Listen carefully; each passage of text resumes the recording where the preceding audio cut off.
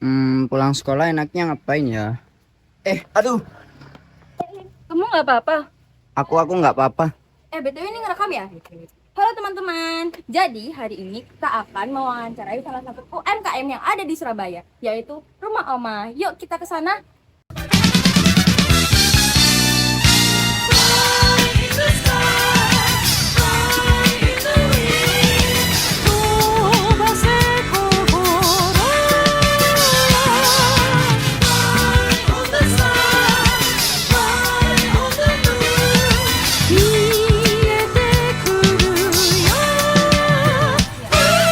Halo teman-teman. Jadi di sini saya dengan pemilik usaha Rumah Oma.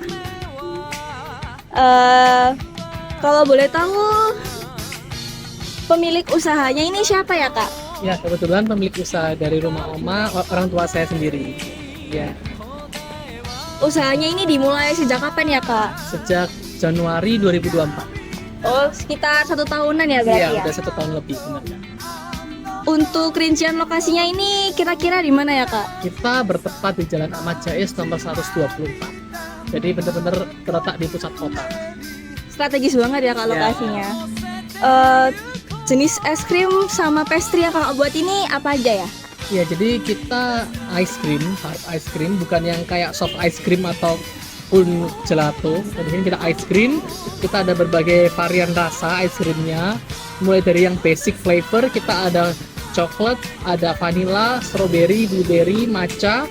Ada juga beberapa varian lainnya seperti strawberry cheesecake, ada juga matcha mango, coklat black forest, dan juga ada pineapple coconut sorbet. Kalau untuk pastry sendiri, kita pastry homemade. Jadi kita ada berbagai varian, ada yang croissant coklat, tiramisu, ada yang almond plain, ada juga yang custard, ada banyak varian. Beragam banget ya, Kak, karyanya. Kalau boleh tahu motivasi awal untuk buat usaha ini apa sih, Kak?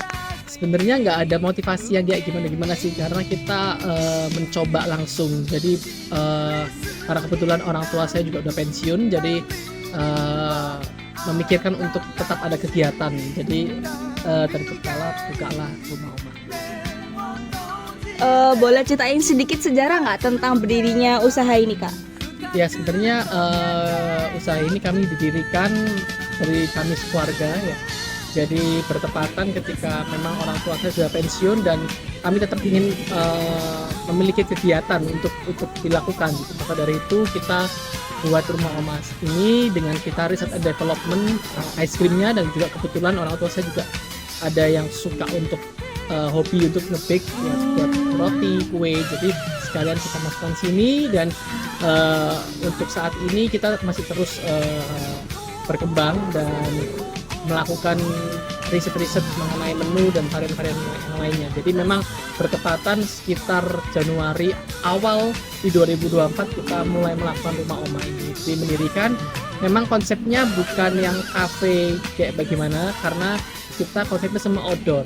Jadi kita tidak ada indoor, jadi kita konsepnya outdoor. Jadi di sini para pelanggan bisa juga sambil menikmati suasana di luar, karena kebetulan lokasi kita juga diapit oleh 2 pohon yang rindang. Jadi memang cocok banget suasananya buat nongkrong sore hari gitu.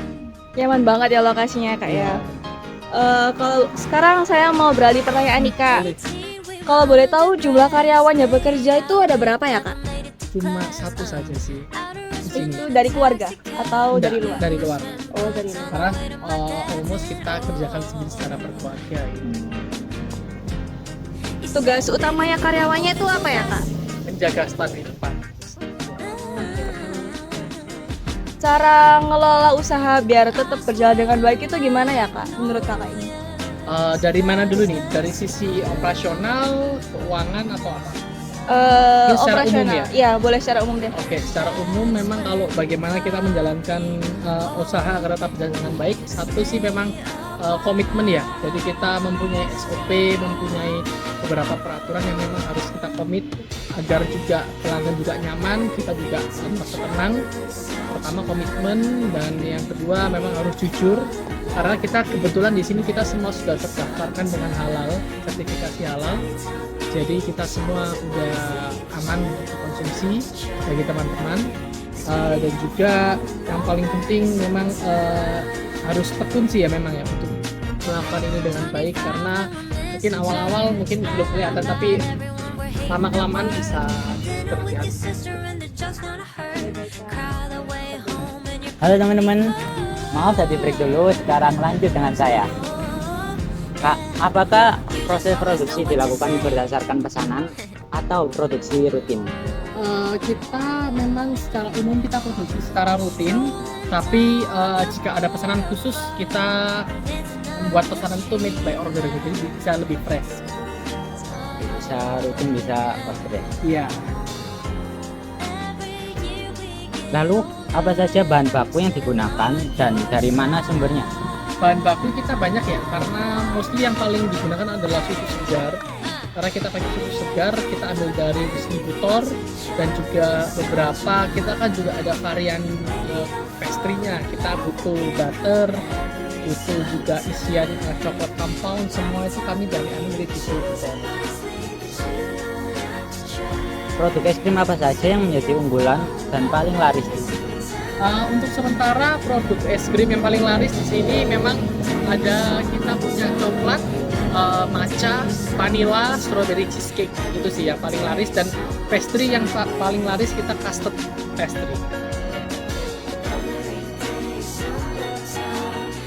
Nah, sekarang kita lanjut di soal keuangan. Nah, kira-kira nih Kak, berapa modal awal yang dibutuhkan untuk memulai usaha es krim ini? Kalau modal awal mungkin kita nggak terlalu besar, karena kita skalanya bukan yang pengusaha yang besar, kita baru UMKM, mungkin di angka 50-an. Lumayan ya berarti. Iya. Terus sistem pembayaran apa yang biasanya digunakan? Tunai kah, transfer atau? Kita semua bisa, jadi mulai dari QRIS dan tunai aja. Lalu kira-kira nih, berapa rata-rata omset yang diperoleh per hari, per minggu atau per bulannya? Per minggunya mungkin karena kita buka Senin sampai Sabtu ya Kak ya. Mungkin bisa sampai 10-an. Lumayan banget ya. Ya, selanjutnya kita akan memasuki pertanyaan terakhir mengenai pemasaran.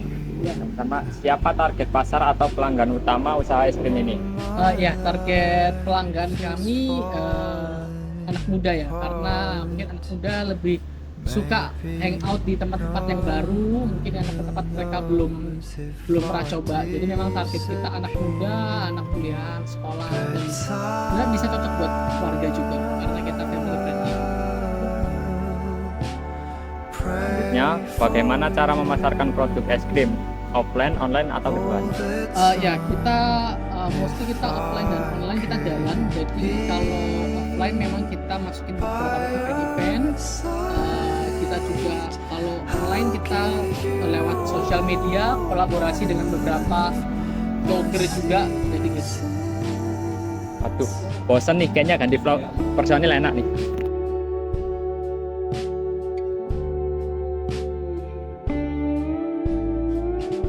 Saya ingin membacakan pertanyaan yang terakhir ya teman-teman, dua terakhir. Apa strategi kakak buat menghadapi persaingan dalam usaha es krim atau dessert lainnya? Kalau strategi kita sih pasti pertama konsisten ya. Jadi kita konsisten dengan apa yang kita punya, kualitas, rasa, dan pasti itu akan menjadi ciri khas dan mungkin yang tidak bisa dimiliki sama kompetitor ataupun apapun yang lainnya. Jadi selagi orang pelanggan tersebut balik ke kita, jadi ya kalau cari es krim carinya di rumah oma. Terus pertanyaan terakhir, bagaimana cara kakak buat bangun hubungan baik dengan pelanggan agar dia tetap loyal datang ke sini? Hubungan baik biasanya kita sering menanyakan feedback ya. Jadi entah itu kita ada menu baru atau apapun itu, kita sering menanyakan feedback. Bahkan itu dulu kita biasanya akan membonusi mereka sebuah produk, jadi mereka juga akan merasa terhargai juga sebagai pelanggan, dan juga tidak sekedar hanya datang beli, tapi kita bangun komunikasi itu lewat kita ngobrol, kita tanya bagaimana feedbacknya mengenai produk kami. Jadi ini pertanyaan terakhir kita.